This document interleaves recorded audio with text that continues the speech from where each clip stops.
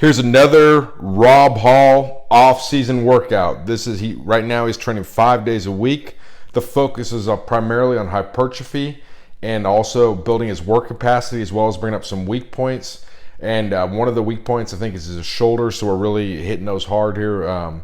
He doesn't feel good with overhead presses, but the dumbbell incline presses do hit those obviously more than a regular flat bench press. And they don't hurt his shoulders at all. So we go 160s for 6, then a final AMRAP set.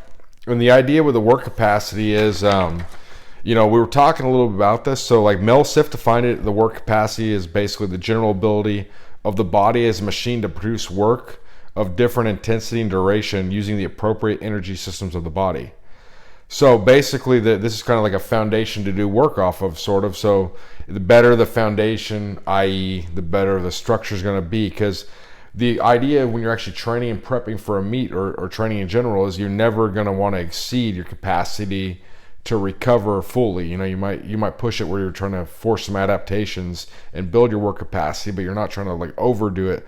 So especially then that's when you're peaking for a meet. So if your work capacity is too low, your training tolerance will never allow you to optimize any sort of new training volumes and intensities, because your ass ain't going to be able to recover.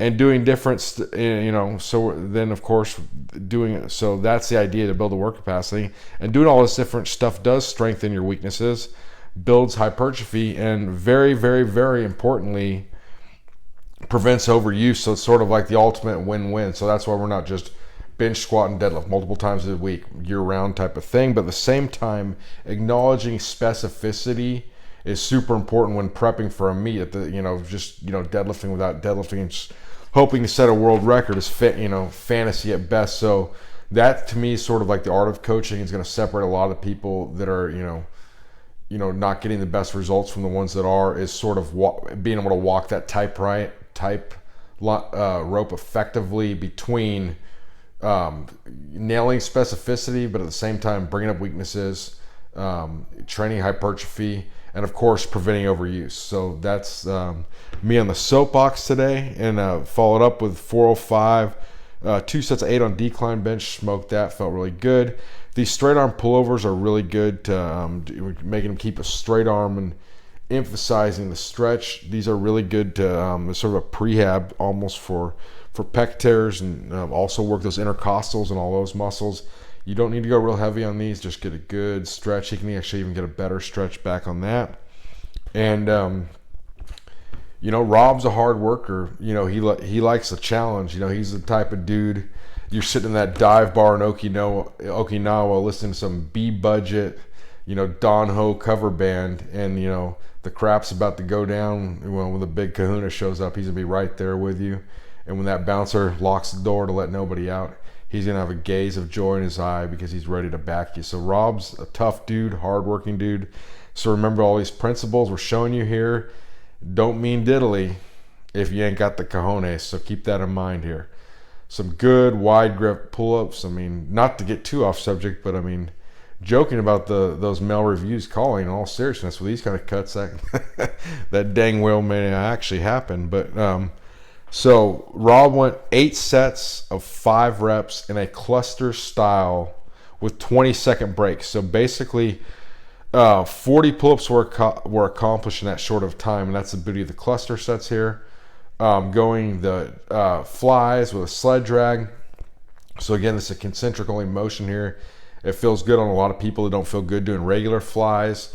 And so these sled movements, so like you can do triceps, biceps, anything, are really good to bring up lagging muscle groups you're way behind, because since it's concentric only, you recover faster. So you do a lot of this. So what we did here was 90 pounds. He goes 30 yards, and what the rep scheme is, there's only a 30-second break between, is you want to go as fewer reps as possible as you go for 4 sets. Okay? This is going to hell of a lot of volume, a hell of a pump, and he ain't even get that sore from it. But it is going to still stimulate hypertrophy, simply for the fact this is a totally new stimulus, because obviously the eccentric is going to be the superior contraction for hypertrophy. However, because of the repeated bout effect, eventually some stuff does wear off. So when it's a totally new stimulus, even if it's concentric only, you're going to get a hell of a lot of hypertrophy from it. Next, sled curls. I mean, this is a great way if you're training your garage gym, you're sort of that, garage, what do they say, that garage gorilla or that cellar dweller type of guy. You live at home alone. You want to, impress the girl down the street. You can do these right by her house, or at the, your apartment complex. Get a prowler or whatever. Get a little extra work in. Do it by the pool. Whatever you got to do. But in all seriousness, it's a great way to bring up weaknesses, and you get a lot of volume done. You recover very fast. Bicep curls. He went 30 yards again for 4 sets, resting only 30 seconds between sets. And when you do these movements, since you want to do them powerfully like that, but you also want to feel it, so it's a good mind muscle connection there. Some good old planks. This is more of like a prehab type of stuff, and we really do appreciate you guys tuning in, checking these videos out. And please always make sure that you, if you haven't already, subscribe.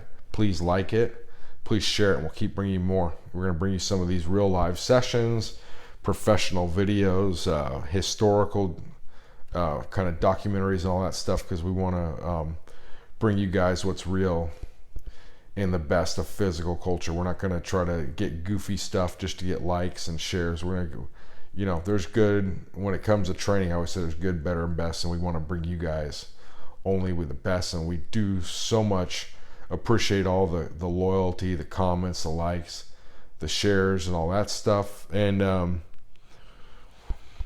so this is again, Rob's on a 5-day split. Told you what the objectives are. They are all being met.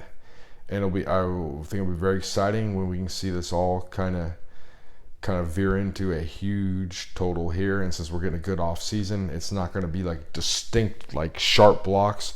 There will be sort of a rounding, honing process in to get him ready and totally prepped for New Orleans in November. Thanks for watching, and have a great Memorial Day.